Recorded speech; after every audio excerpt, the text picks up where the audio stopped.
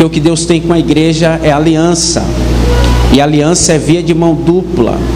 Não existe aliança onde só um faz. Não existe aliança onde só um é responsável. E Deus, entendendo que o que Ele tem conosco é aliança, então Deus divide o culto em duas etapas. E a primeira etapa é exatamente o que define essa reunião como culto. Porque o que é culto senão um sacrifício de adoração que se presta a uma divindade? Então, se não houver a primeira parte, não podemos definir como culto. Então Deus entrega para a igreja a primeira etapa do culto para que a gente possa agir de acordo com o título dessa reunião. É a parte em que nós apresentamos aquilo que nós trouxemos para Ele. Então essa parte você glorifica, você adora, você canta com quem vem cantar, você louva com quem vem louvar, você ora, você oferta, você dizima. É uma responsabilidade nossa. Só que depois entra a segunda etapa. Por quê? Porque toda ação gera uma. Então Deus ele vai reagir ao nosso culto. Então na segunda etapa agora já não é a terra trabalhando para os céus. É os céus trabalhando ao favor da terra. Então Deus vai responder àqueles que vieram trazer um culto para Ele. Deus não vai permitir que aqueles que de fato trouxeram culto saiam da sua presença de mãos vazias. O problema é que nós costumamos inverter os valores das coisas. E geralmente nós costumamos confundir culto com entretenimento. E eu sempre reforço essa ideia porque é algo que Deus colocou ao meu coração e é uma responsabilidade que pesa em meus ombros e eu não posso deixar de fazer isso. Em todos os lugares que a gente vai, sempre tem pelo menos uma ou duas pessoas que ainda não entenderam o que é um culto. E se eu for irresponsável já começar a pregar e for embora, talvez essa pessoa que ainda não entendeu o que é um culto, ela vai continuar tendo as experiências que sempre teve quando vai a um culto. Porque a verdade é que tem muita gente que vai ao culto, mas nem entendeu ainda o que de fato significa um culto e não tem participado de nada além mais do que ir a um encontro, de uma reunião onde assistem pessoas cultuando. E eu não tenho como objetivo permitir que isso aconteça nos lugares em que Deus me conduz. Deus colocou nos meus ombros a responsabilidade de conscientizar para que a gente entenda que nunca devemos entrar no culto e sair sem a convicção de que o nosso culto foi recebido nos céus e de que Deus se agradou do nosso culto. Porque culto é isso. Culto a princípio não é o que a gente vai para receber. Culto a princípio é o que a gente vai para levar. E se você soubesse, tivesse noção do número de pessoas que ainda não entenderam isso, o número de pessoas que saem de casa dizendo tomara que hoje o culto seja bom, não entenderam ainda o que significa um culto. Quando eu entendo o que significa um culto, eu não saio de casa nutrindo expectativas de que o culto tem que ser bom, porque eu já estou declarando que eu não estou levando o culto, eu estou indo para assistir ao culto. Então quando eu entendo o que é um culto, eu já saio de casa dizendo hoje eu vou levar o melhor culto da minha vida. Quando eu saio do culto, entendido do que é de fato o culto, eu nunca saio reclamando dele. Eu nunca saio dizendo o culto hoje foi frio, o culto hoje foi fraco, o culto hoje foi devagar. Por quê? Porque eu estou qualificando o meu próprio culto, porque o culto que empresta sou eu. Então toda vez que eu saio do culto dizendo o culto foi frio, eu estou qualificando o culto que eu ofereci e eu estou dizendo o culto que eu ofereci foi frio. Quando eu digo o culto foi fraco, eu estou dizendo o meu culto foi fraco, porque o culto quem dá sou eu. E quando eu entendo isso, eu chegar numa reunião como essa, pode ser que aconteça que 80%, 90% das pessoas não tenham apresentado o culto e saem entendendo que o culto foi frio. Mas se eu entendo e dou o meu melhor culto, eu saio daqui com convicção que o meu culto foi recebido nos céus.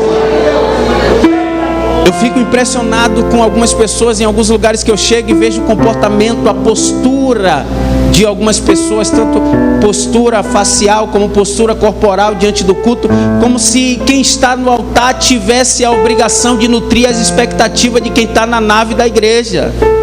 Isso está errado. Tem gente que cruza os braços, tem gente que fecha a boca, tem gente que entorta a cabeça, tem gente que entorta o bico e fica dizendo, enquanto eu não sentir que é Deus que está no ambiente, eu não glorifico. Enquanto eu não sentir que é Deus que está falando, eu não adoro. Está errado. Deus não tem a obrigação de falar para você ouvir e nem de manifestar para você sentir. Então não é Deus falar para você começar a adorar, é ao contrário, é você adorar para Deus começar a falar. Você entendeu? Aí tem gente que vai e fica medindo cantor, medindo pregador, medindo para ver o que vai sair, medindo para ver o que vai ser falado. É complicado, porque são pessoas que ainda não entenderam o que é um culto. Mas eu sinto que o ambiente aqui está favorável, porque a maioria dos que aqui estão entende o que é um culto e apresentar um culto a Deus. E quando nós entendemos isso, tudo se torna mais fácil. Por quê? Porque Deus não vai permitir que aqueles que o adoraram saiam decepcionados com Ele. Então Deus vai responder, e quando Deus desce, irmãos, é impossível não sentir, o ambiente muda. Quando Deus se manifesta, o ambiente muda. E aí o que é que acontece? Aqueles que não levaram culto, o que é que acontece? Eles vão sentir Deus também, porque é impossível não sentir Deus aonde Deus está. Mas aí é que está. Eles sentem Deus e aí eles começam a reagir. Agora eu estou sentindo, aí começa a chorar. Agora eu estou sentindo, aí começa a levantar a mão. Agora eu estou sentindo, aí começa a glorificar. Só que Deus não desceu por causa desses. Deus desceu por causa daqueles que já estavam cultuando antes dele descer. Olhe para quem está do seu lado e diga: não seja crente carona. Diga: me ajude a trazer a presença dele aqui hoje.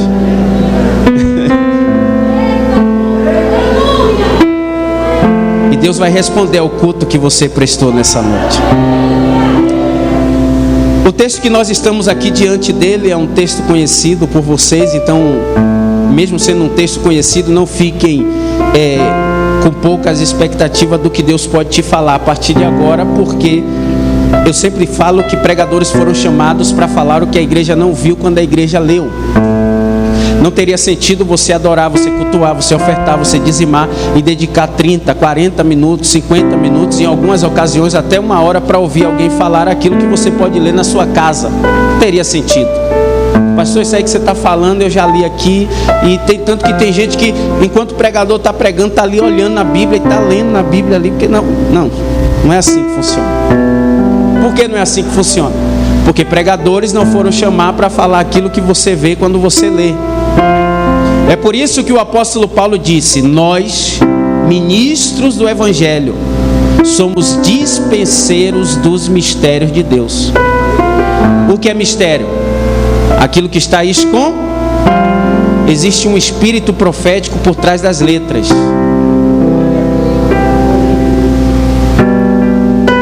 E existem pessoas que Deus levantou para Deus revelar o espírito por trás das letras. Então quando você lê essa história, você vai ler ela e Deus vai te encher de informações que vão lhe edificar. Deus vai lhe trazer informações preciosíssimas de que Jairo foi até Jesus e de que pediu um milagre, que Jesus foi na sua casa e que ressuscitou a sua filha. Isso é o que você vai ver. Mas nessa noite Deus nos reuniu e neste momento nós vamos dedicar para Deus trazer a história de Jairo por um ângulo que você ainda não enxergou. E essa história é cheia de complexidade, e a complexidade dela, ela já vai do início até o seu fim. E de uma forma meio que enigmática, eu quero começar com o meio da mensagem. Por quê? Porque observem que há uma interrupção da história de Jairo. O texto diz que Jesus atravessa para o outro lado outra vez. Chegando lá, tem um homem que ele é munido de uma autoridade eclesiástica. Ele é um homem respeitadíssimo na sociedade judaica a qual ele convive. E ele é acometido por um problema familiar. E ele vai aproveitar que Jesus atravessa para o outro lado e vai ao encontro de Jesus para pedir auxílio pelo problema a qual ele foi acometido. Só que no meio do caminho em que Jesus está indo em resposta à sua petição, Marcos interrompe a história e apresenta uma mulher que aparece como quem cai de paraquedas. E por isso que eu quis apresentar o texto completo, porque algumas pessoas, quando vão pregar essa história, eles costumam apenas apresentar a história da mulher do fluxo de sangue, ou então a história de Jairo. Dificilmente você vai encontrar alguém que apresenta as duas histórias como que estivessem conectadas. Só que é explícito quando Deus abre os nossos olhos espirituais o quanto uma história está conectada com a outra. E quando nós encontramos essa conexão, nós começamos a perceber o quanto Deus é incrível e o quanto o universo conspira para estabelecer a justiça de Deus e cumprir com a justiça de Deus na vida de cada um. Parece que a mulher cai de paraquedas, e para quem lê de maneira brutal aqui e de maneira seca, sem óleo, sem azeite, quem passa os olhos carnais aqui por essas letras, vai até correr o risco de interpretar a mulher como culpada da morte da filha de Jairo, porque Jairo, ele sabe que o problema é urgente, a menina está à beira da morte, e ele diz: Senhor, ela está moribunda, ela está à beira da morte, o problema é emergencial, eu preciso que o Senhor seja rápido. E a mulher interrompe a história, e o texto diz que Jesus vai parar para descobrir, ou para revelar, ou para dar a oportunidade de manifestar-se a pessoa que retirou dele a virtude. E esse tempo que está sendo levado aqui, Jesus perguntando quem me tocou, e os discípulos perguntando: se eu fosse Jairo, o pai dessa menina, eu ia dizer: Senhor, esquece isso. O Senhor tem virtude demais para estar se preocupando quem tirou um pouco de virtude. Corre para minha casa, eu preciso de um milagre. O Senhor não está entendendo. A situação é emergente. Tanto que enquanto Jesus ainda está falando com a mulher, chega alguém gritando: morreu. E se você ler com os olhos carnais, você pode dizer: a culpa foi da mulher do fluxo de sangue. Diga comigo assim: a culpa foi do universo. É só uma introdução. Eu não poderia deixar de revelar isso aqui para você. Quantos anos tem a mulher do fluxo de sangue sofrendo aqui? No final da história, qual a idade da filha de Jairo? Olha a primeira conexão. A mulher tem 12 anos com o fluxo, e a criança tem 12 anos de vida. São duas histórias escritas em um mesmo período de tempo, vivida em um contexto completamente diferente. Eu vou esclarecer para você de maneira bem popular. Embora nós estamos vivendo uma geração que está tentando se adultizar antes do tempo, aqui vai para os adolescentes aí que tem por volta de seus 14, 13 anos, 15 anos, que já está doido para poder ficar adulto. Vocês não sabem o que estão perdendo. Para aqueles que já estão chegando a uma idade mais avançada, sabem muito bem do que eu estou falando. A melhor fase da nossa vida é exatamente a fase da infância, da adolescência, entrando para a juventude.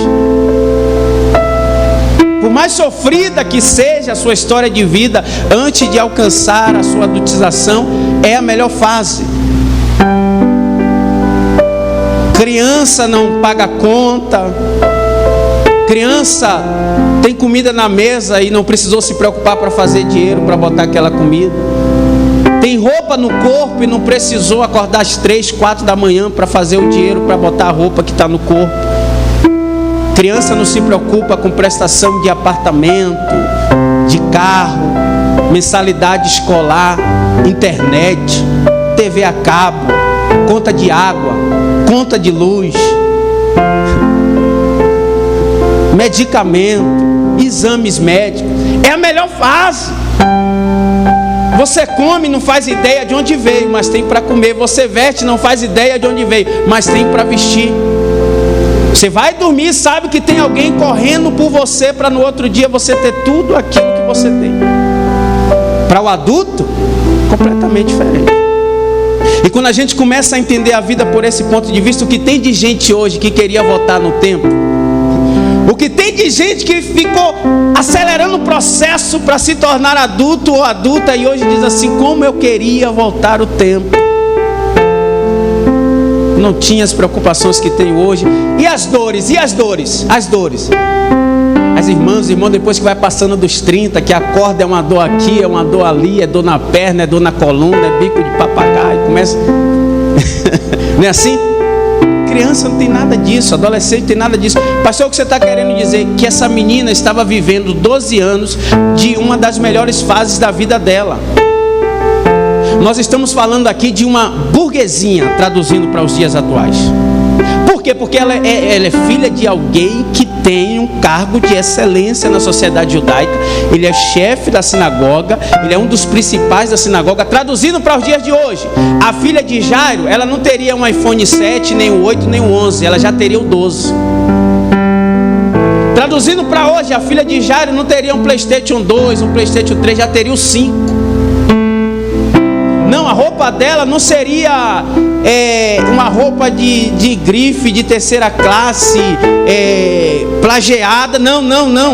Ela comprava direto na loja, no shopping, e era só grife. Era Gucci, Louis Vuitton, as melhores maquiagens.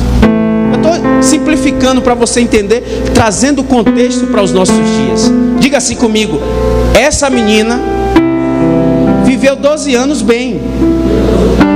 Só que o mesmo tempo que ela tem vivendo bem, a mulher do fluxo de sangue tem perdendo tudo que ela tinha. Porque você olha aos olhos carnais e você só vê aqui o fluxo de sangue. Só que a verdade é que esse fluxo de sangue, ele gera uma hemorragia em diversos aspectos da vida dela. Quem conhece essa cultura aqui, quem conhece esse povo, sabe que essa mulher com esse problema, ela não tinha nem contato com o homem.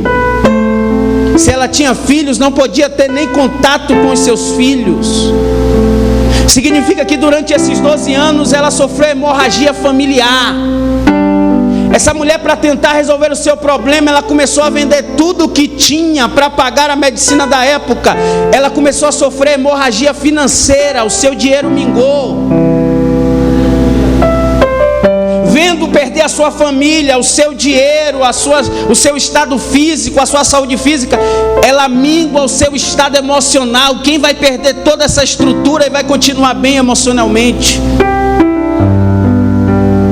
Ela passa 12 anos de vida com dores, percas, sofrimento, enquanto a filha de Jairo tem 12 anos vivendo um contexto completamente diferente. Aí agora Jesus atravessa para o outro lado. Jairo encontra Jesus e diz: vai na minha casa porque a minha filha ficou doente, está à beira da morte. Enquanto Jesus está indo, alguém comenta próximo à mulher do fluxo de sangue: Jesus está aqui. E aí ela vai até Jesus, e no meio do caminho a história de Jairo para. Diga comigo: a história de Jairo para, e começa o da mulher do fluxo de sangue. Você não entendeu ainda não? Ela não caiu de paraquedas. A história dela começa aqui no meio do caminho de Jairo, no que diz respeito à história da cura. Só que a história daquela mulher está além da história da cura. O que o texto está dizendo aqui é que tinha alguém que sofria há mais tempo do que a filha de Jairo, que recebeu o milagre primeiro do que ela. O que eu vejo aqui é o universo conspirando para dizer: é injusto demais. Alguém que sorriu 12 anos, foi acometido por uma doença, e agora vai ser curado antes de alguém que está sofrendo no mesmo período em que essa pessoa esteve sorrindo. E o universo vai conspirar para que a mulher do fluxo de sangue saiba que Jesus está na cidade e encontre Jesus para ser curada. Isso aqui vai para aquelas pessoas que costumam entender a história de alguém a partir do momento em que conhece a pessoa. Muito cuidado. Existem pessoas que congregam em lugares e congregam há 5, 7, 10 anos, e de repente chega alguém que congrega 3 meses, 4 meses, 5 meses, e a pessoa começa a contar testemunho que quem tem 10 anos na igreja nunca contou nem a metade. Aí a pessoa começa a se chatear e diz: eu já congrego aqui há tanto tempo, Senhor, por que o Senhor não fez isso na minha vida ainda? Deus, eu tenho tanto tempo de crente, por que eu não vivi isso ainda? Deus está dizendo: você está interpretando a história dessa pessoa a partir do momento que você conheceu ela. Eu conheço essa história aí, é de muitos anos atrás. Levante a mão que eu quero profetizar. Deus não vai permitir ninguém pular na tua frente. Quando chegar o tempo de Deus, ninguém vai atravessar o teu caminho. O milagre está reservado e no tempo de Deus vai chegar na tua mão, vai chegar na tua vida, e ninguém pula na tua frente, ninguém toma a tua senha, porque Deus é justo e não vai permitir. Então aqui nós estamos vendo a justiça de Deus se cumprindo. Alguém que sofria antes dela recebe o milagre primeiro. Toda vez que você vê alguém recebendo um milagre na sua frente, entenda: Deus sabe porque fez primeiro na vida dela. Deus sabe porque fez primeiro na vida dele. Precisamos respeitar quem recebe primeiro do que nós. Jesus está ali perguntando quem me tocou, e aí a história se encerra, porque ela se revela, e Jesus ainda dizendo: filha, tua fé te salvou, vai ser curada da tua aflição. E Jesus está falando com ela ainda.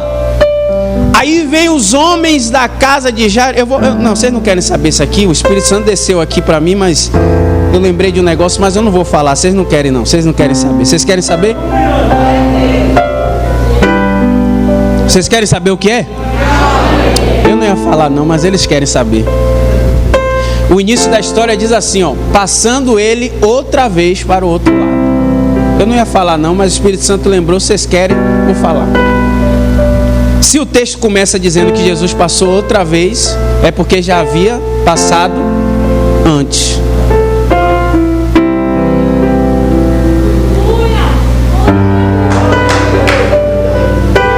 E passando ele outra vez para o outro lado, ou seja, ele já tinha passado uma primeira vez. Jesus foi batizado aos 30 anos, executou um ministério de 3 anos e meio. Antes dos 34 anos foi a sua sessão. Então seu ministério durou menos de 4 anos. Entenda isso comigo. Se o ministério durou menos de 4 anos e a mulher tinha 12 anos sofrendo, significa que a primeira vez que ele foi naquele lugar, ela já estava doente. Ela já estava doente. E a primeira vez que Jesus passou lá, ela não foi curada.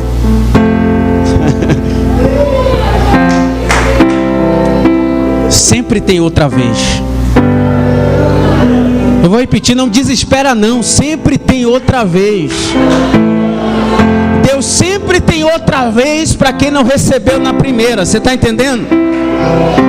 Talvez você não recebeu até hoje, mas quem garante que hoje não é o seu dia?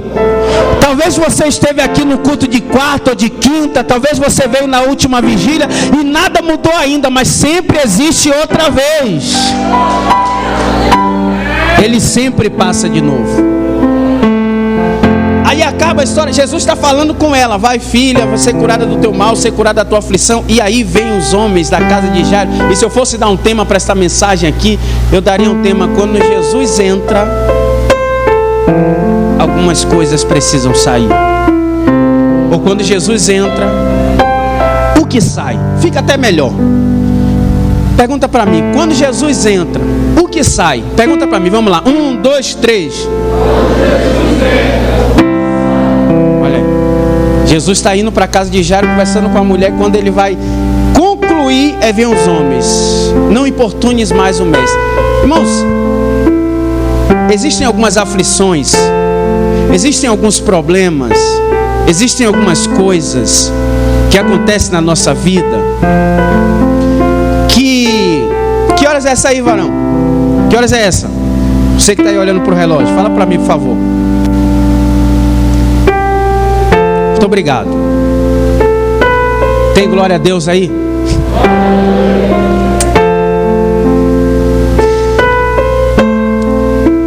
Jesus, Rafael, está falando com a mulher e vem os homens gritando. Pensa comigo, pensa a minha linha de raciocínio. Alguém aqui já teve que entregar recado de luto? Alguém aqui já teve que entregar recado de luto? Algumas pessoas aqui estão balançando a cabeça e dizendo que já. Não é difícil? Não é complicado? Como é que a gente fica todo desajeitado, né? A gente fica desajeitado, fica preocupado. Como é que eu vou falar? Como é que eu vou... Meu Deus do céu, como é que eu vou passar essa mensagem para a pessoa? Como é que eu vou falar para a pessoa que a tragédia aconteceu, que aconteceu pior, de uma forma que não se torne mais uma tragédia ainda? Porque a gente tem que ter cuidado para falar para alguém que uma pessoa amada morreu, que uma pessoa querida morreu. Imagine você, vamos traduzir para o tempo que a gente está vivendo desse vírus aí. Você tem um vizinho, uma vizinha que um membro da família dele ou dela é acometido pelo Covid-19.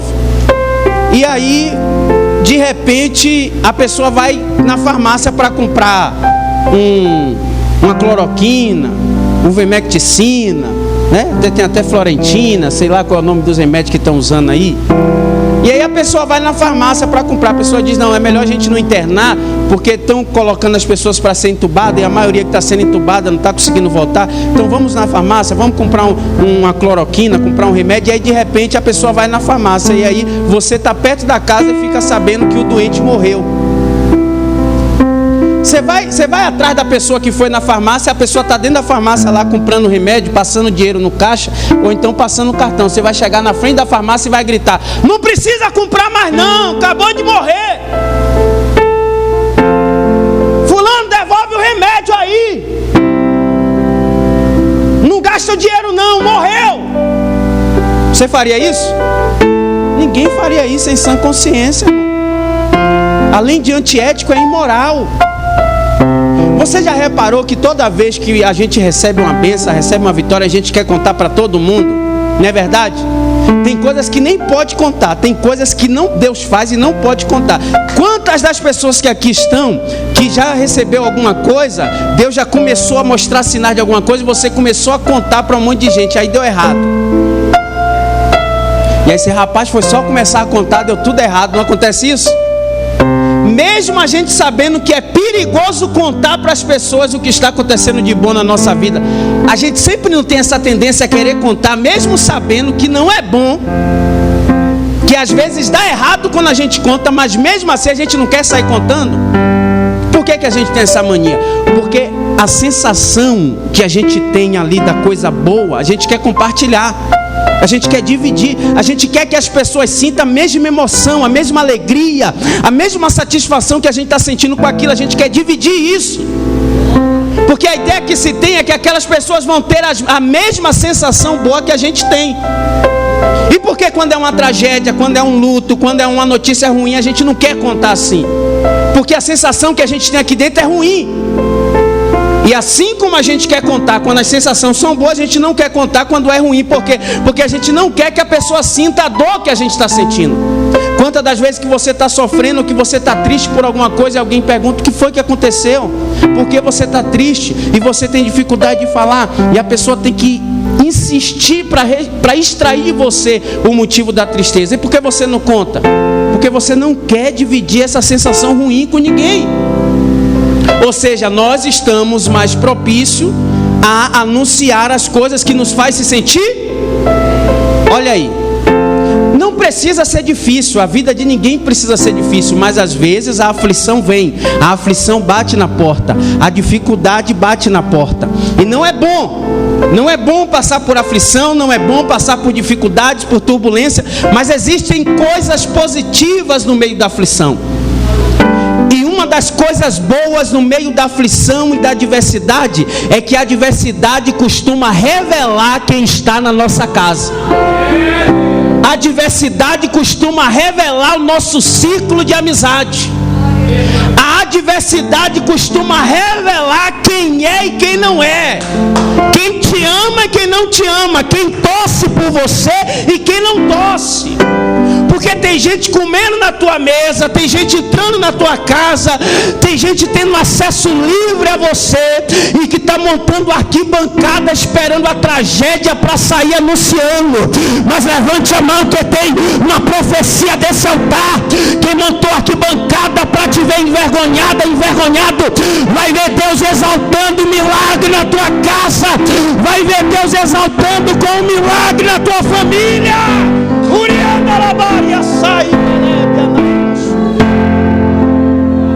As aflições servem para desmascarar quem é e quem não é, quem está e quem não está contigo.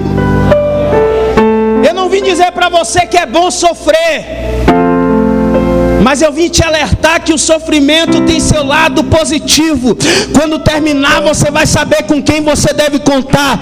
Quando terminar, você vai saber com quem você deve comemorar, com quem você deve banquetear.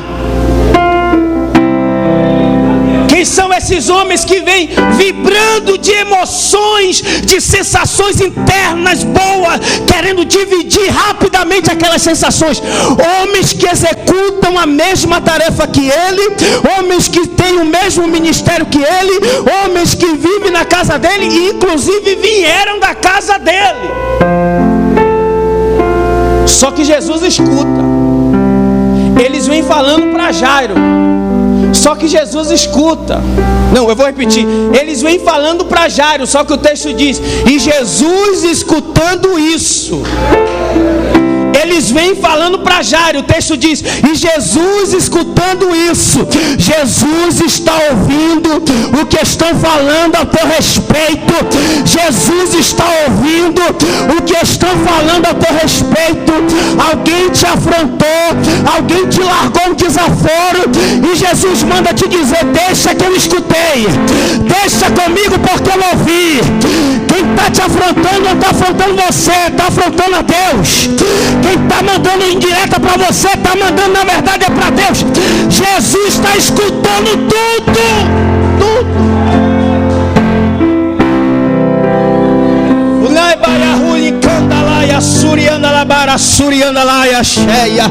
Ele canta labaia subinai. Se prepare, porque vai ser uma semana que Deus vai desmascarar. Vai ter gente bloqueando você da rede social. Vai ter gente bloqueando pelo WhatsApp. Vai ter gente sumindo da tua casa. Vai ter gente virando as costas para você. E Deus está dizendo: não temas. Sou eu revelando quem não está contigo. Sou eu revelando.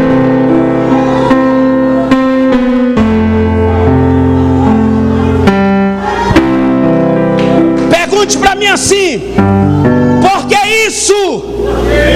Porque Jairo tomou a decisão certa. Eu vou repetir: por que isso? Porque Jairo tomou a decisão certa. Qual foi a decisão de Jairo? Nós estamos falando de um homem que vive bem financeiramente. Nós estamos falando de um homem cuja as escrituras nos permitem entender que tinha uma boa estabilidade familiar, amava sua filha, amava sua esposa. Nós estamos falando de um homem que tinha estrutura familiar, estrutura ministerial, estrutura financeira, mas se deparou diante de uma situação que o seu ministério não conseguia resolver, que o seu dinheiro não conseguia resolver, e que a admiração que a sociedade a qual ele convivia, porque ele era muito admirado, respeitado, conceituado, mas nada daquilo que ele era e nada daquilo que ele tinha lhe conferiu condições de curar a sua filha. Às vezes você vai enfrentar problemas que você não vai ter condições e capacidade de resolver. E quando Jairo se desesperou, sentiu o peso da impotência de solucionar um problema dentro de sua casa. Abre parêntese, nós estamos falando de um homem que era executor de representatividade espiritual para a sociedade judaica, porque o principal da sinagoga, ele é um dirigente dos encontros de oração da sinagoga. Ele é uma representatividade de liderança na sinagoga. Nós estamos falando de alguém que executava atividades que traziam ao povo capacidade de resolver problemas. E agora ele tem um problema, e aquilo que ele costuma fazer sobre os outros não lhe confere capacidade para resolver o seu próprio problema. Aqui vai para os companheiros que estão no altar. Jairo também passou por isso, mas Deus conhece a nossa história, Deus conhece a nossa vida. Quando eu olho para os pastores que aqui estão, eu consigo enxergar a cor do terno, a cor da camisa, a etnia, a cor do calçado. Deus conhece a família, Deus conhece como está a tua história, aonde os olhos não podem ver. Deus sabe como está a tua conta bancária. Deus conhece o íntimo da casa de quem serve a Ele. Escute, cuidado. Quem ministra no altar também enfrenta problemas.